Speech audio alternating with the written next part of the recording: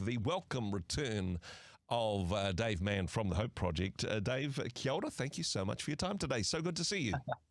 Hey, kia ora, Andrew. It has been a minute, hasn't it? It's been a while since we've had the opportunity to chat. What have you been focused on? What have you been up to? Well, the board had said a year ago I needed a bit of time off, so I just had 3 months off. The dog's better behaved.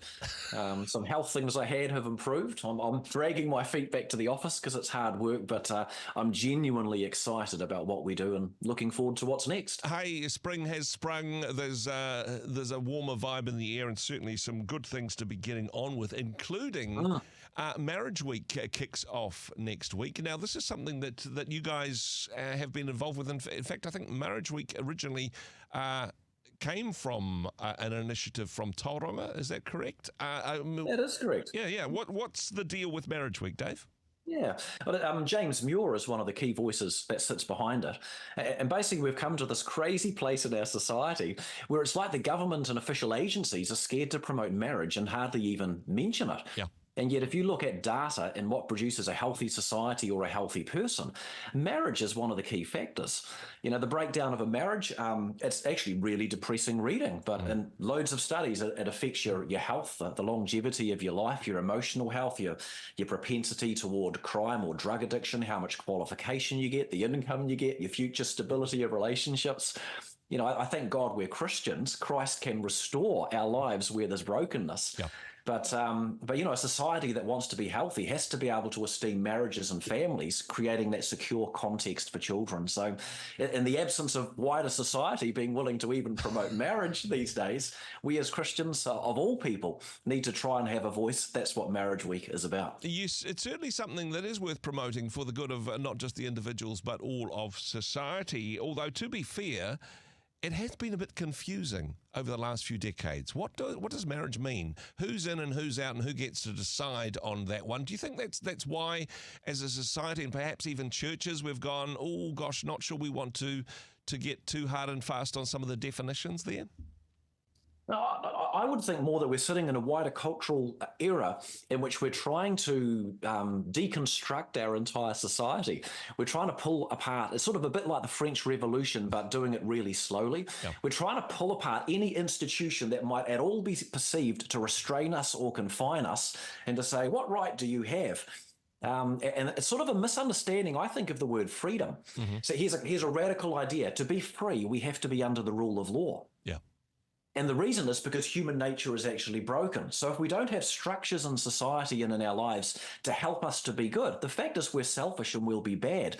And I don't think we have to look very far in the world to see that. Exactly. And I think marriage is a perfectly good example. I mean, the statistics are in. People who are married live longer, are happier, and have a more enjoyable sex life.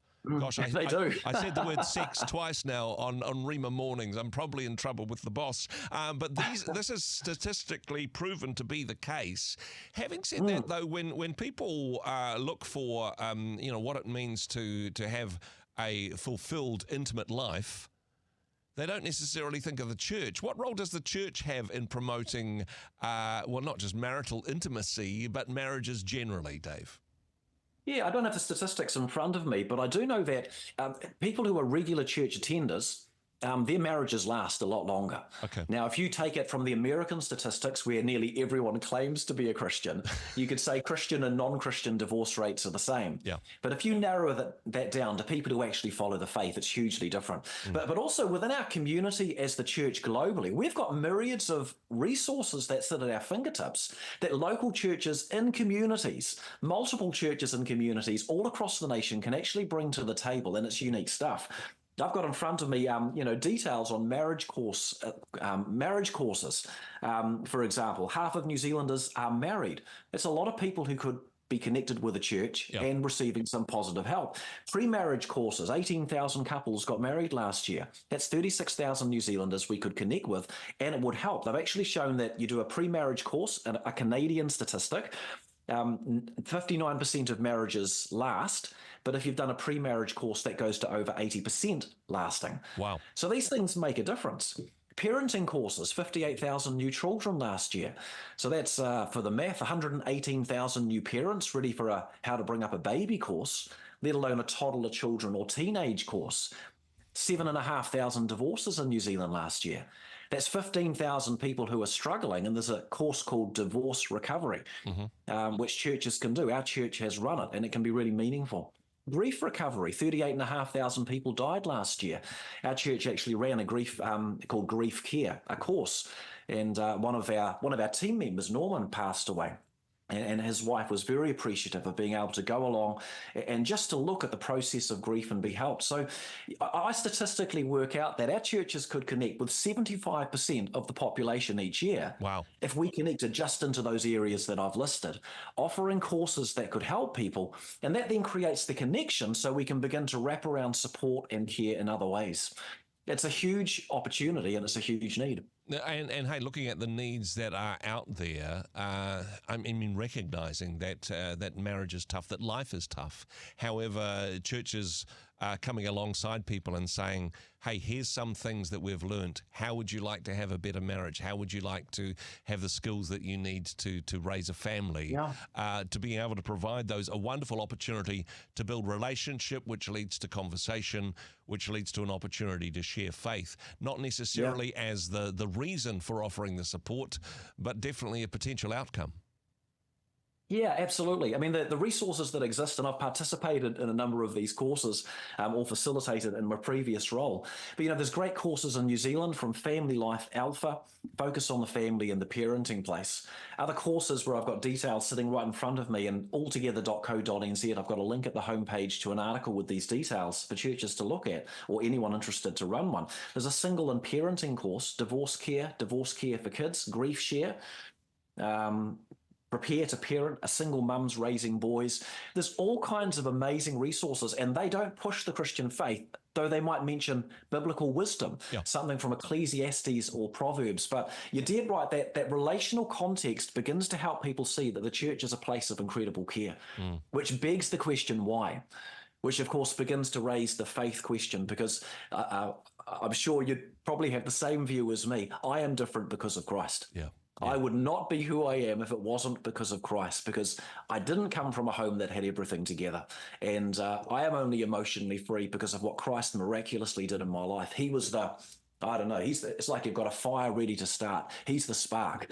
Without that spark, there's only so much warmth you can get by rubbing sticks together. Exactly. And hey, perhaps it makes sense, actually, if yes, Jesus makes the difference, but even the principles of Christianity, if we live a life where we genuinely believe that we should put other people's needs before ourselves, if we live that way, then it makes sense that our marriages are going to last longer, because often marriages end because one party is not putting the other person's needs before themselves, right?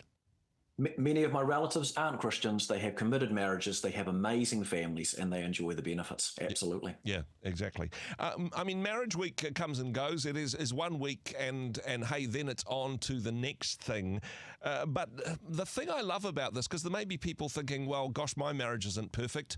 I'm not a trained psychologist. How could our church be involved with something like this? But these resources that you've mentioned, as long as you can read and speak, actually, you can run some of these marriage courses. You don't have to be that expert, right?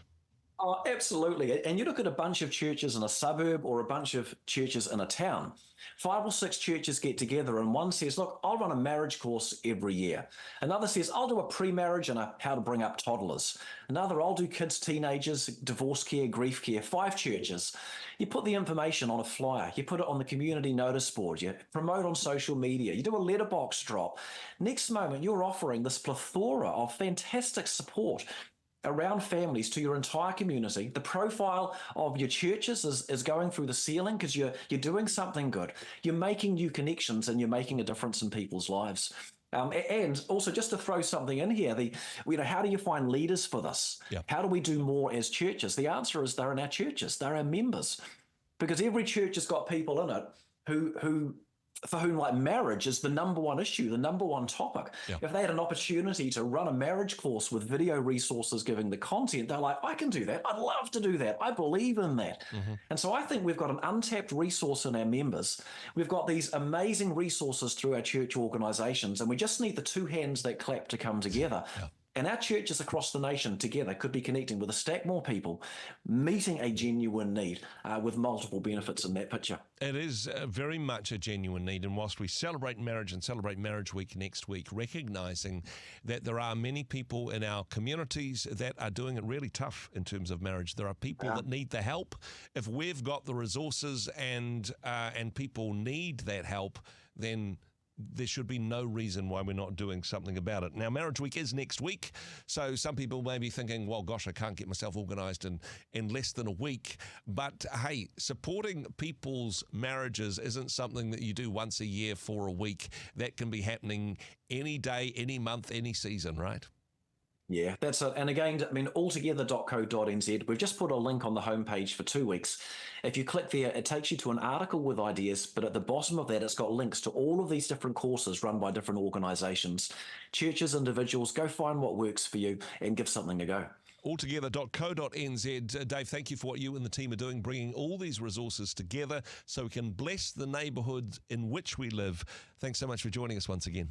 Awesome. Cheers, Andrew. Hey, thanks very much for joining us in the Rhema studio. Thanks very much for watching the interview.